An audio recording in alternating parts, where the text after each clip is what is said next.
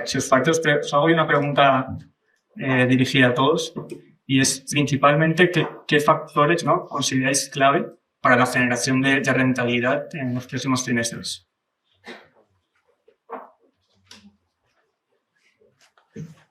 No sé quién quiere empezar a responderla.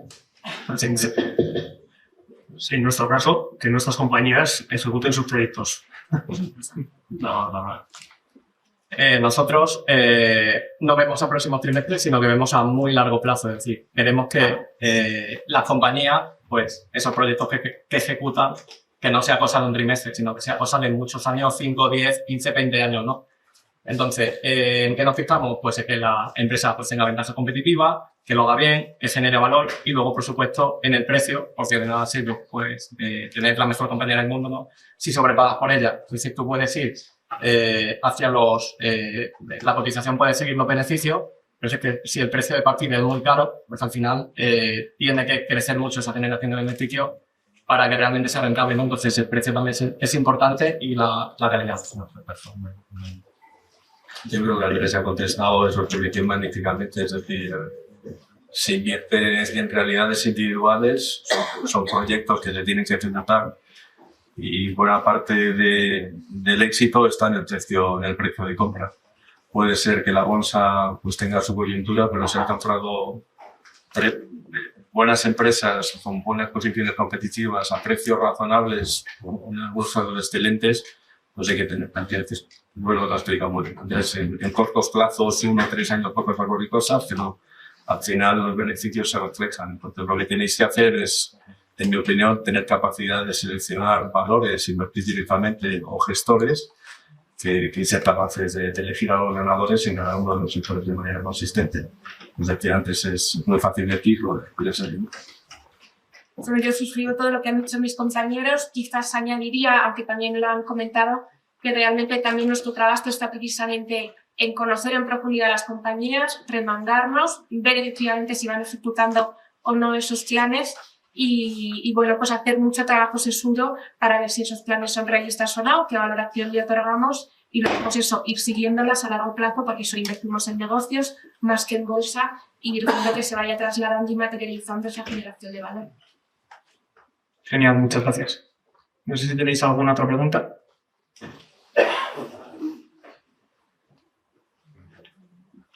¿Por qué sin Telefónica?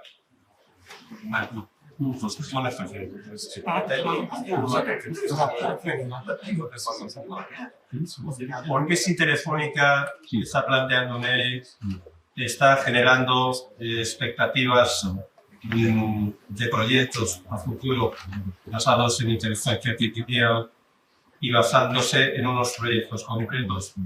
Porque si ahora bajo Telefónica no es o no plantea que pueda ser un valor a futuro, dado que estamos hablando de años, es decir, en todo momento estamos hablando de largo plazo, de 5 años, porque no es un momento para invertir en Telefónica en este momento. Yo, si me permitís, yo fui analista de Telefónica hace 25 años. Entonces, desgraciadamente, la regulación en Europa ha sido un desastre para los incumbentes. O sea, se ha favorecido la competencia, al final es el consumidor tiene un precio base, sobre que haya un número racional en un sector intensivo en capital, un número racional de competidores que suelen ser 3, y que eso les permita ganarse bien la vida y tengan capacidad para invertir en esos proyectos. Entonces, ¿quién se ha beneficiado todos estos años? El consumidor que ha tenido precios bajos, y si lo compara, los precios, por ejemplo, que tiene la telefonía móvil, de tener internet en casa en España, son ridículos respecto a Estados Unidos. ¿Por qué? Porque aquí se ha creado un nivel de competencia absolutamente brutal a partir de una regulación que parasitaba de las redes del incumbente, que era Telefónica. ¿Quién se ha beneficiado en última instancia? El capital riesgo. Es el que ha comprado el Yoigo, es el que ha comprado el Euskaltel, y luego se la ha vendido y acabaremos con 3 operadores. Entonces, Telefónica en ese proceso pues ha cometido errores estratégicos gravísimos. Primero, por el año 2000, comprar la licencia de Sumaites en Alemania pagando 8.400 millones de euros, pero con una desgracia. Y ha mantenido artificialmente un dividendo que no ha podido pagar. Y ha sido una empresa que ha estado mal gestionada. Si uno analiza, por ejemplo, lo que ha hecho en Latinoamérica, en un país como México, que era una grandísima oportunidad, no han hecho absolutamente nada. Y lo que han vendido, que se han quedado solamente con Brasil, están vendiendo el resto, pues una empresa que es Millicom, que el principal accionista es Niels, que es el gran accionista de Iria de Francia, pues está sacando unas rentabilidades que no ha sacado Telefónica en los últimos 20 años. Es decir, es una compañía que está muy mal gestionada desde el punto de vista de capital allocation. Y la gente dice, no, Aviat hacía muy bien, Payete. Bueno, la regulación no ha ayudado, pero Telefónica no ha ejecutado demasiado bien. Uno ve quién ha ejecutado bien en Europa, pues han sido los independientes, un Iria de Francia, un Deutsche Telekom que ha ejecutado bien en su país y lo ha hecho muy bien en Estados Unidos. Telefónica ha sido una empresa que, como ha explicado en el gráfico, no ha hecho más que bajar su generación de flujo de caja. Entonces, a día de hoy, pues encima tenemos una empresa intervenida políticamente que ya es la gringa. Es decir, un marco competitivo horrible, una regulación horrible, tiene problemas y el país que va mejor es Brasil, con una situación de divisa totalmente depreciada y está endeudado. Entonces, voy a consolidar, que es, vas a comprar Vodafone España, vas a comprar One en Alemania y que vas a ampliar capital, ¿a qué precio? Entonces, yo no invertiría en Telefónica si tengo una visión tecnológica positiva. Tendríamos que pensar en una empresa norteamericana, en una empresa, pues no sé, sería ASML, SAP, sería una empresa tecnológica buena europea. ¿Es una telecom como Telefónica una buena empresa tecnológica futuro? Le diría que no. O sea, la gente que lleva años diciendo, bueno, pues Telefónica con el dividendo, pues ese es el coste de oportunidad de no haber invertido, pues en un caso extremo, en Apple. Entonces yo no me empeñaría en que la visión tecnológica de Telefónica va a hacer varias tecnológicas, posiblemente la hagan otras empresas norteamericanas o europeas, pero no Telefónica. Pues yo no me obsesionaría. Hay gente muy sesuda y muy lista que dice que la empresa que te ha metido un determinado embrollo, en pérdidas, para ser claro, no va a ser la que te va a sacar en beneficio. Pues mejor, llegado el caso, plantearse, me salgo de este barco que se está hundiendo porque tiene 1000 agujeros y me voy a algo que tiene un catalizador, que tiene un proyecto, que tiene unas perspectivas, que tiene un crecimiento y que está a un precio razonable. Entonces, de Telefónica a Matildes, todo el mundo ya hablando 25 años, pero empezando Villalonga, esa red abierta, Payete que estaba por casualidad por allí y era el más normal, una empresa horriblemente gestionada. El capital allocation de Telefónica ha sido un desastre. La relación competitiva, pues uno oye lo que te ofrece el IGI y dices, pues ahora no tengo la NBA, de suerte tengo el fútbol. Es decir, un sector hipercompetitivo, muy regulado, yo no tendría grandes ilusiones en Telefónica, no puedo opinar. Yo tengo usted Telefónica, no es por quitarle la idea. Pero yo no compraría. No, pero es que Telefónica ha tenido un collar al cuello durante muchísimos años, mientras Vodafone y Orange le han estado robando los clientes a Telefónica, basándose en engañar a los clientes de Telefónica. Bueno, y eso lo conozco yo perfectamente, porque conozco el mercado de telecomunicaciones, aparte del trabajo en Telefónica. Por eso, como el mundo es muy global, pues uno puede decir, pues hago inversión global, pues decir, suscribo en mi caso a Europa, pero a lo mejor es más interesante mirarse a una empresa de telecomunicaciones en Estados Unidos. Vamos, específicamente Telefónica con la interferencia actual del gobierno, es que dices, incluso a nivel de gestión, que es el factor de... Warren Buffett decía, cómprate una empresa en la que, aunque algún idiota la dirija, aguante. Joder, hasta un Narcís en el consejo, y no sabía lo que era un teléfono. Entonces, esas empresas que tienen un gobierno corporativo tan deficiente, pues yo creo que merece la pena. Si le unen un mercado competitivo horrible, me he extendido mucho la conversación, pero es que el mundo, afortunadamente, es muy amplio para invertir en Telefónica. A lo mejor uno hace un IPO y entra a 3,5 y la vende a 3,75, pues es especulación, es una inversión. Yo pensando en lo que decía Andrés, es que no veo un catalizador que digas, ¿qué es lo que va a hacer Telefónica que como proyecto sea diferencial? No, yo me compraría antes Orange, pensando en la consolidación en Francia, en que tiene muchos funcionarios había que echar, que tiene más grasa. Telefónica va a echar a 5.000, alguien tendrá que coger el teléfono para atenderte. Que ya no hay más grasa. Entonces, es decir, hay que mirar el detalle, pero es muy español decir, tengo Telefónica. No tiene nada que ver ser español con tener o no tener Telefónica. Eso son banalidades. Sí. El único tema es que las empresas, en base a lo que estamos diciendo, tienen un cierto recorrido, o pretendemos que sea un cierto recorrido, o bien estamos, digamos, fomentando que la gente se quede tranquila diciendo que esto va a largo plazo cuando realmente a corto plazo nos van a pegar en esta cara. En el caso de Telefónica, el estacazo ya está. Sí, Porque está... pasado. No. ¿Cuál es el problema fundamental de Telefónica? Pues que tener un flujo de capital eficiente con un nivel de deuda elevado. Con lo cual, si en algún momento quieren hacer una creación de capital, la va a hacer a un nivel bajo. Con lo cual, la creación de valor siempre es una duda. Lo único real en el mundo financiero es la deuda. Todo lo demás son cosas. Lo que diría yo es que al final no hay que saber todo. Hay que saber lo más fácil. Entonces, tanto Telefónica es difícil, hay que ver si encajas a pieza o aquella. A lo mejor. No, pero eso está. Sí, Es pero. para de decir estoy totalmente telefónico. No, pero al final está para Telefónica, Para mí, pero más que nada es la cuestión de por qué esa en concreto, si estamos hablando a largo plazo, no podemos hablar de largo plazo también. se puede, sí, Pero sí. como un caso concreto, es decir, No, se podría perfectamente, pero entonces habría que coger el teléfono y decir ¿cuánto gana en redes? ¿Cuánto gana en móvil? ¿Cuánto gana en fijo? ¿Cuánto gana en esto? ¿Qué va a pasar de aquí a 5 años? Y si todo encaja, dices, hay que comprar Telefónica. Pero si no encaja, no. Y a veces dices, no sé si va a encajar o no. Entonces, pues, siguiente. Porque nosotros solo necesitamos 30 compañías. Y si tienes 30 fáciles, mejor. Porque luego algunas de las 30 encima hacen cosas. Entonces, vamos a lo menos complicado. Y Telefónica parece complicada a día de hoy, por ejemplo, ¿no?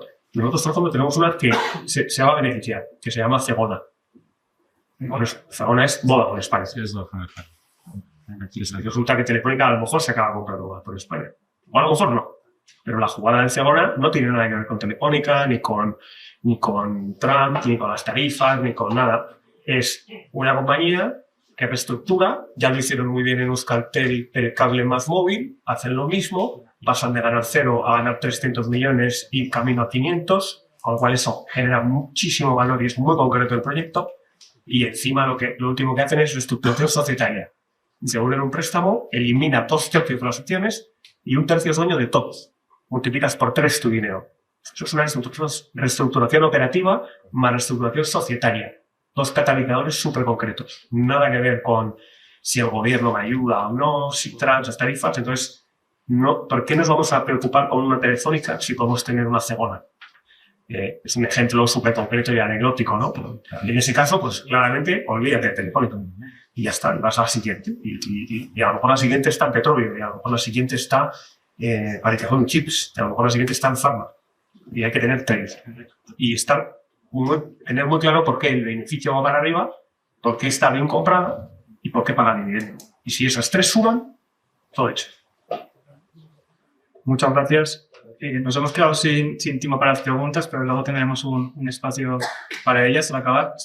Me gustaría agradecer de nuevo a nuestros 6 ponentes por sus presentaciones. Han sido realmente interesantes.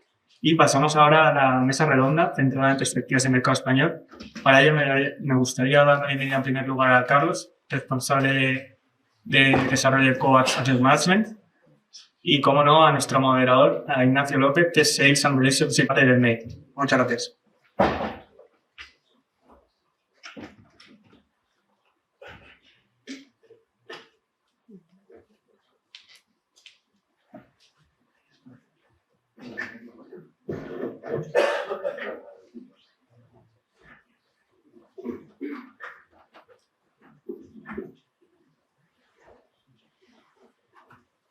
Buenas tardes, un placer estar hoy aquí con todos ustedes. Lo primero de todo, quiero felicitar a Rankia por organizar este tipo de eventos. De hecho, bueno, pues estamos finalizando hoy esta gira de encuentros Foros Buscando Valor, pues en la cual hemos recorrido Barcelona, estuvimos en Bolsa de Barcelona, después estuvimos en Bolsa de Bilbao y hoy finalizamos aquí en el Palacio de la Bolsa de Madrid. Para BME es fundamental este tipo de encuentros. Seguimos muy comprometidos con contribuir a acercar el conocimiento de los mercados financieros y estoy convencido que esta tarde con la presentación de las tesis de los profesionales del sector que tengo aquí a mi lado, hemos cumplido de sobra con estas máximas. Antes de comenzar la mesa redonda, me gustaría compartir con ustedes algunas cifras muy positivas de comportamiento del mercado español, ¿no? en el año 2025. Hemos cerrado hoy la sesión bursátil con el índice cerquita de los 16.600 puntos. Me acuerdo el año pasado que celebrábamos esta misma jornada aquí y que nuestro índice IBEX 35, nuestro índice de referencia, estaba en los 11.600 puntos. Esto quiere decir que el comportamiento ha sido muy bueno. Acumulamos un 43% de valorización en lo que llevamos de año.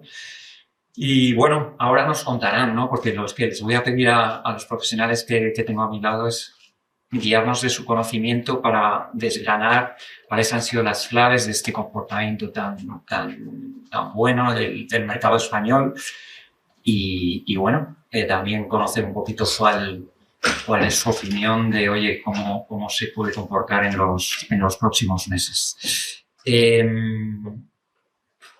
También quiero destacar que este rendimiento tan bueno del mercado español, con un 43% de valorización, es muy superior al de otros índices internacionales, muy por encima del 16% de rentabilidad que ha ofrecido el Eurostoxx 50, el principal índice de referencia en Europa, y también muy por encima del 16% de rentabilidad que está ofreciendo a día de hoy el Standard & Poor's 500, que asimismo, con la apreciación que hemos tenido este año del euro, ese rendimiento es todavía menor para un inversor en euros.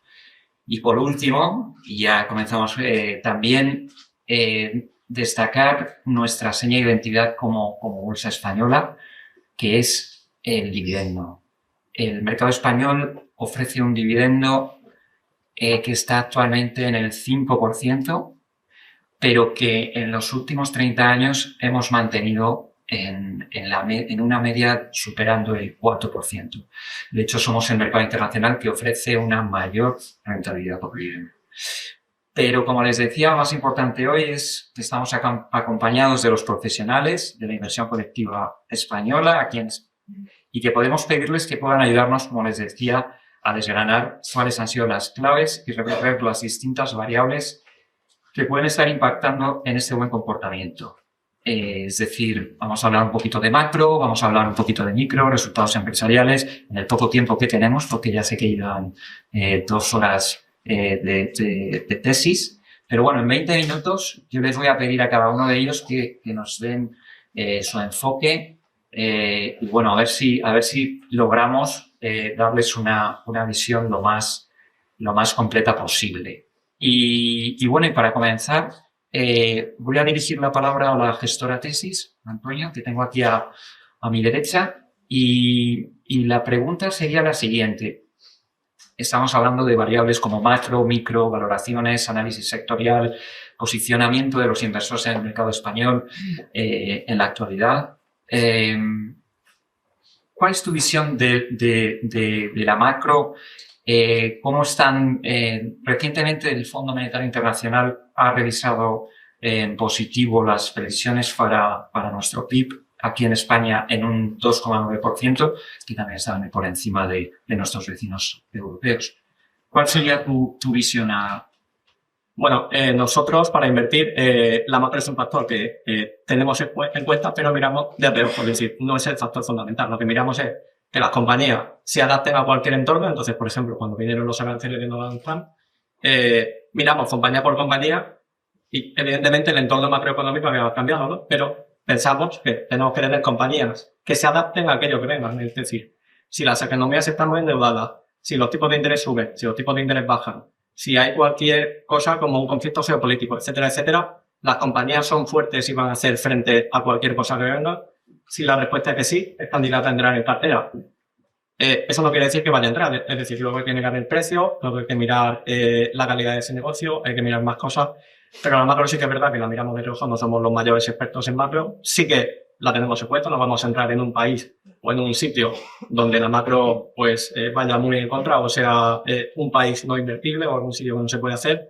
Pero sí que es verdad que vamos compañía por compañía y es lo que hacemos ese trabajo.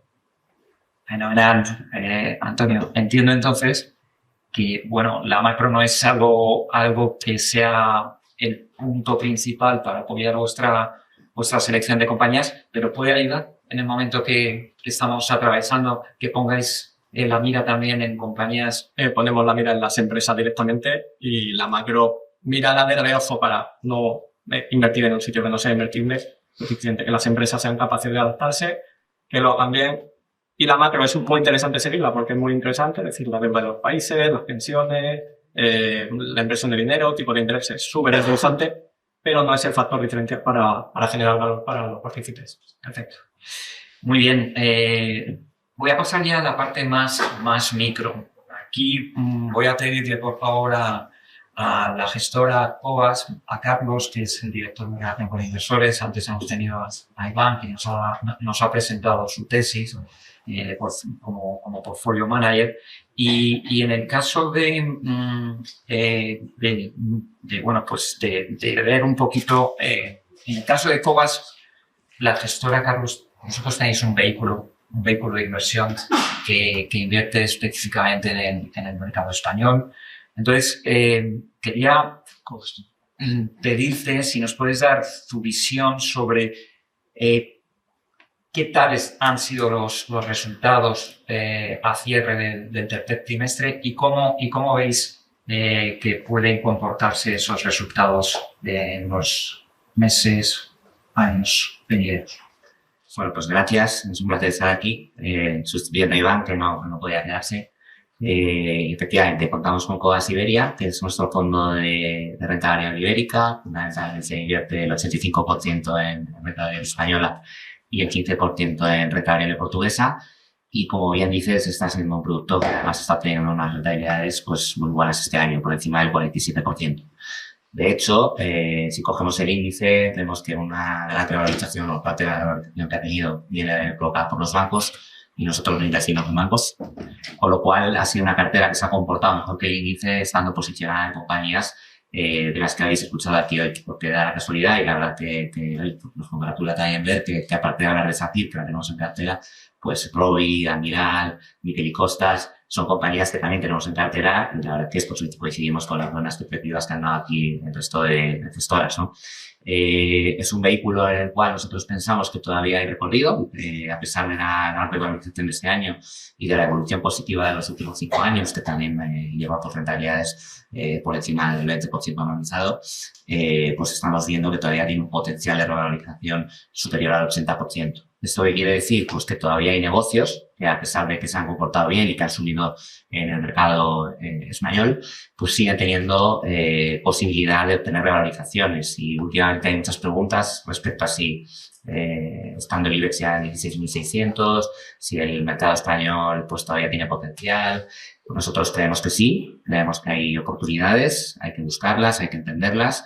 Nosotros hemos rotado cartera este año de compañías, lo explico antes Iván, pues técnicas reunidas, que ha ido muy bien, y hemos comprado otros negocios como SACIR, hemos aumentado posición, por ejemplo Media, aquí cuando tuvimos todo el problema de los aranceles, pues vimos como la compañía cayó más de un 30%, aprovechamos el momento para comprar, desde entonces se ha valorizado más de un 20% y es una posición ahora importante en nuestro fondo.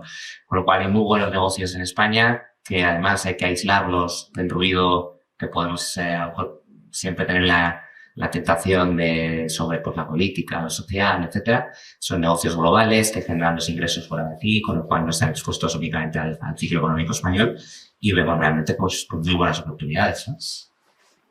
Muchas gracias, Carlos. Comentaba Carlos que es uno de los temas que se han comentado mucho, ¿no? El IBEX 35 está pues ponderado, tiene un gran peso en el sector bancario, pero aquí tenemos un ejemplo, ¿no? de un vehículo de inversión que invierte en compañías españolas, también portuguesas. Bueno, no sé si es ibérico o es Cobas Iberia, es 15% Portugal. Eso es, correcto. Y vemos que hay vida, ¿no? Fuera del sector bancario en España y que eso no es un ópice de que el comportamiento en el mercado español estemos, digamos, en niveles elevados. no lo voy a decir yo, lo tienen que decir aquí los profesionales y los analistas y los gestores. Pero sí que me gustaría decir que el comportamiento del sector bancario español sí que ha sido muy importante, gran resiliencia, crecimiento. De hecho, bueno, pues los resultados están siendo buenos resultados financieros y altas recapitalizaciones en bolsa, como hemos comentado. Voy a pasar la pregunta a Juan Carlos, de la gestora Tifel EAF, para que nos dé su visión dentro de que su fondo está más centrado en compañías de gran capitalización, que nos puede dar un poquito su visión de cómo ve el mercado español en las compañías de gran capitalización. Porque, bueno, en este año y en el caso español, pues las grandes son las que están llevando el peso, ¿no? Entonces, ¿qué podemos esperar? ¿Hay recorrido?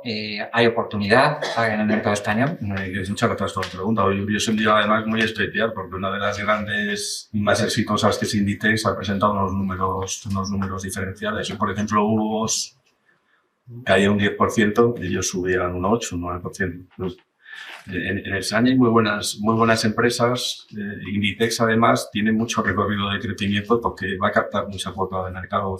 Tiene cuota de mercado relevante en España, pero lo estuvo haciendo, ¿no? Y luego está aplicando de manera brillante la tecnología, son punteros en su modelo de negocio. Entonces es una empresa interesantísima y los analistas siempre se quedan cortos. Y el sector bancario, pues tenemos magníficos bancos, tanto nacionales como internacionales. Y lo van a seguir haciendo bien. ¿Qué ha cambiado el sector financiero? Pues antes cuando hablaba de tecnología, cómo están reduciendo los costes, el cost to income, lo que ha cambiado, por ejemplo, en España de manera estructural es el nivel de competencia. Entonces ha aparecido los grandes que han cambiado, que era lo que es Cybersoft, que es eso, menos competencia. Y lo hemos visto, los tipos de interés han estado al 4%, pues ya no había las reuniones que había hace 35 años de los grandes banqueros que se ponían de acuerdo cómo se remuneraba el pasivo. Lo hemos visto. Pues de una manera muy práctica yo no iría para el pasivo. Hay ofertas buenas hipotecarias, pero con mucha venta cruzada. Se ganan ese oligopolio muy bien la vida. Los bancos nacionales, un CaixaBank, que tiene también Portugal, un Unicaja, un Bankinter, lo vas a seguir haciendo bien. Lo vas a ir gestionando muy bien los costes y operativamente, comercialmente, son gente que lo hace realmente bien. Petroleras, pues Repsol, en un ciclo de petróleo, con el petróleo a la baja, pues como tiene un negocio comercial brillante, vas a una gasolinera y acabas comprando aceite de oliva, casi un seguro, y bueno, pues esos son muy buenos desde el punto de vista comercial. El downstream, pues con lo que ha pasado con la situación en Rusia, pues el margen de refino ha pegado un repunte y se han quedado muy bien la vida. Pues un año que el petróleo ha bajado, ellos lo han hecho muy bien, están remunerando al accionista. Es decir, cuando ves la composición de las grandes empresas, Iberdrola es un ejemplo de eléctrica muy bien gestionada, que había muchas dudas en Estados Unidos qué iba a pasar con Trump, pues ha puesto restricciones a la eólica marina, pero a la solar y a la eólica onshore, pues los PPAs asociados a los data centers, esto es el crecimiento del consumo eléctrico, están yendo muy bien. Entonces, cuando se van viendo, tanto en lo que han dicho de empresas no tan grandes como grandes, pues son multinacionales que lo están haciendo muy bien. Yo creo, antes se ha hablado un poco con la aspereza de la gestión de Telefónica, pues es la excepción. Sé que hay muy buenos gestores y muy buenas empresas en España. Yo creo que las perspectivas de la gestión tanto nacional, con ese crecimiento cercano al 3%, y lo internacional, yo creo que lo que hay que acertar es en el stock picking, en cada situación concreta, pero yo soy optimista en el sentido de que están bien gestionadas y las perspectivas caso por caso son bastante buenas. Manuel, voy a aprovechar, ya que estabas comentando, como les decía, nosotros tenemos una familia de índices que es el IBEX 35, aparte del IBEX 35, pues podemos seguir otros sectores, ¿no? Dígase, pues el IBEX 35 Medium Cap, que engloba las compañías que están por debajo del IBEX, son las 20 que van por capitalización bursátil después. Luego tenemos las Small Caps, que son las 30 que le siguen, ¿no?, a esas 20 del Medium Cap, pero tenemos también El IBEX 35 bancos, como les decía, ha subido un 98%. El IBEX 35 energía, un 31%, con grandes compañías ahí incluidas. Y el IBEX 35 construcción, que bueno, tenía un rendimiento del 52% con grandes compañías detrás. Seguimos teniendo buenas compañías donde poder encontrar oportunidades en estos sectores. Pero una cosa que decía Andrés, tú puedes tener una empresa maravillosa, pero hay una clave fundamental que es el precio de entrada. Entonces, si entraste en ACS hace 2 años, entraste muy bien. Si entras a la 80, pues ya una parte de la historia de Hotti, de los data centers, ya la tienes en precio. Entonces, es complicado. Yo creo que ya la beta, como concepto, de estar invertido no te garantiza. Tienes que estar con el alfa, con el gestor, con la capacidad que cada uno de selección de valores concretos, de historias concretas, a un precio razonable. Por supuesto, por supuesto. Y para aquellos que están invertidos, pues bueno, ese seguimiento, ¿no?, de todas esas variables, ¿no? Y sobre todo lo que hemos comentado, de tener la paciencia de cuando vengan los tiempos malos, que posiblemente si las razones no son dramáticas, es tiempo de comprar más, y sobre todo de tener paciencia, que es lo más difícil, lo más fácil de decir, lo más difícil de decir, el no sucumbir al miedo y vender con el dinero, aguantar. Y si uno tiene ciertos, en bolsa hay que tener cierto carácter y tipo de plan. Y cuando uno lo mira con retrospectiva, ¿cuál fue el momento mejor de 5 años para comprar? Pues marzo del 2020, cuando se acababa el mundo. Por eso es como si hablamos de va a haber una guerra nuclear. Una guerra nuclear, ¿para qué vas a preocupar? Pues en ese momento era como una explosión nuclear, el mundo se acababa, pues yo estaba comprando bancos. Pero si se acaba el mundo, pues da igual. Y luego los bancos, pues Unicredit ha multiplicado por 10. Y es grande lo hemos visto. Pero si hubiese comprado Caixa, también lo hubiese aceptado. Era cuestión de estar invertido cuando nadie quiere estar invertido. Y ese es el momento. Entonces, ahora han pasado muchas cosas buenas y una parte sustancial está cotizada. Aunque es la variable de precio que te pueden pagar de eso es cerca de Perfecto, muchas gracias, Juan Carlos. Bueno, hablamos de valoraciones, hablamos de sectores. Ahora mismo me gustaría pasar la palabra y preguntarle a Ana de Renta 4. En el caso de Renta 4, ellos también tienen un vehículo de inversión dedicado única y exclusivamente a invertir en renta variable española.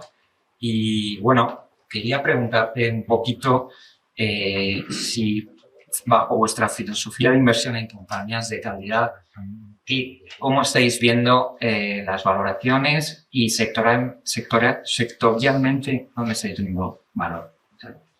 Bueno, muchas gracias por la pregunta. Quizás empezando no tanto por España, sino a un nivel más agregado, siguiendo esa filosofía de inversión, pues es verdad que casi encontramos 4 grandes bloques. Tendríamos tecnología, consumo, salud e industriales. Es verdad que tecnología e industriales, si metemos ahí dentro la parte de defensa, pues son los sectores que mejor lo han hecho, y salud, que es también en el que yo hago más trabajo, y la pata de consumo han podido quedar algo más rezagadas, ¿no? Sí que creemos que tiene sentido que haya cierta rotación, sobre todo y haciendo el matiz de afinándolo hacia esas ideas que conocemos, esas historias de generación de valor, y eso, remangándolos para ver realmente dónde está el valor un poco más compañía por compañía. Aterrizándolo al caso del IBEX, pues es verdad que quitando bancos y utilities, pues un poco, si me permitís decirlo, cada empresa es un poco de su padre y de su madre, y la cosa va por barrios, y no podemos hacer a lo mejor esas afirmaciones a nivel tanto sectorial, pero es verdad que justo antes de venir aquí veía esa revalorización del IBEX en el año de más del 40%, y tenemos valores en negativo. Uno de ellos, Robi, la compañía que os he venido a presentar. También Inditex, por ejemplo, hasta ayer en negativo con la subida de hoy en positivo. También Amadeus, Fluidra, bueno, pues sí que nos parece que son historias que tiene sentido que tengan un buen comportamiento. Tampoco me atrevería a decir si su año va a ser 2026, porque tampoco queremos jugar con el timing, pero sí creemos que tiene sentido, bueno, pues estar en historias de creación de valor y de calidad a la otra. Muchas gracias, Ana. Y por último, quería preguntarle a Andrés, ¿no? Desde su visión global de la inversión en renta variable a nivel global, ¿Cómo está viendo todo ese análisis de macro, micro, valoraciones en el mercado español, desde un fondo que invierte globalmente? ¿Cómo veis el mercado español? ¿Los fondos globales están infraponderados en el mercado español? ¿Están sobreponderados? ¿En qué situación está ahora mismo su mayoría y cómo veis que puede comportarse? Pues gracias por la pregunta. Y yo creo que es interesante, la verdad, y lleva bastantes años en una dinámica que es curiosa y da muchísimas oportunidades porque España se ha salido del radar. Entonces, cuando hablamos con compañías nuestras y cuando vamos a conferencias en sitios, en países, en Inglaterra o en toque, te das cuenta de que España no está en el radar. Está a lo mejor en Inditex, que es muy grande. Hay un tema de filtro, o sea, para compañías de menos de un nivel de tamaño no la compro porque en el fondo Fidelity, no sé qué, JP Morgan, no sé cuántos, oye, para que no tengan un problema, es una compañía pequeña, país, en España está, mejor tengo Nvidia. Y si Nvidia se la pega, pues me acabo con todo el mundo, ¿no? Entonces eso es lo que está pasando, hay una fuerza de la gravedad positiva súper potente hacia las más grandes, las más conocidas, y se está dejando de lado, y es solamente es un problema por la inversión pasiva, la gente que solo compra el índice, ¿no? Pero claro, el índice y la inversión pasiva tiene cosas muy buenas, que son comisiones de gestión muy baratas y diversificación histórica. Sin embargo, ahora se ha ido un poco el tema, se ha bajado de frenar. O sea, el 40%, entre el 35% y el 40% del fondo que imite al S&P500 está en 7 compañías. Y cuando compras el MSCI World, el 70% de Estados Unidos, el 30% son 7 compañías. Cuando compras ETF, no sé qué, no sé cuántos growth, el 50% son 7 compañías. Entonces, todos están en las mismas. Y te encuentras con compañías españolas, que es lo que nosotros vemos, sin complejo, somos un mundo global. Vamos donde esté la mejor. Y a lo mejor a veces es España. Almiral, como Robi y como unas cuantas más. Tenemos 5 compañías españolas y podemos ir a donde nos dé la gana. Pero acabamos en España, pues son nuestras mejores, en los indios, ¿no? Es decir, no hay que tener complejo ni a favor ni en contra. Simplemente hay que ir a por a lo que te da visibilidad. Y no hay mejor visibilidad que un proyecto gestionado por gente seria que lleva haciendo lo mismo mucho tiempo y que tiene un balance con el que puede acabar ese proyecto, ¿no? Y cuando eso llega a un puerto, pues, oye, el mercado, nosotros siempre decimos lo mismo, el mercado hace lo que hace, va, vuelve, da miedo, da euforia, y tu compañía, por su caminito, te puede dar lo que te buscas tú como ganador, que es tu rentabilidad. Entonces, bueno, España sin complejos. Está por debajo del radar, sí, muchas cosas, de repente vuelve al radar, ahora los bancos a lo mejor están en el radar, toca subir mucho. Bueno, eso nosotros ni nos da ganas de comprar ni nos da ganas de vender. Somos agnósticos, ¿no? Somos agnósticos y somos pragmáticos. Tenemos proyectos concretos. Y, oye, ¿está en el radar? Bien. ¿No? También. O sea, sí, seguramente le jodas. Pues muchas gracias, Andrés. Pues con esto yo voy a dar paso a nuestros compañeros de Rankia. Primero agradecer a los profesionales que tenemos aquí hoy con todos ustedes y por supuesto a ustedes que han asistido y dejo a nuestros compañeros de Rankia que continuemos con la entrega de premios. Muchas gracias.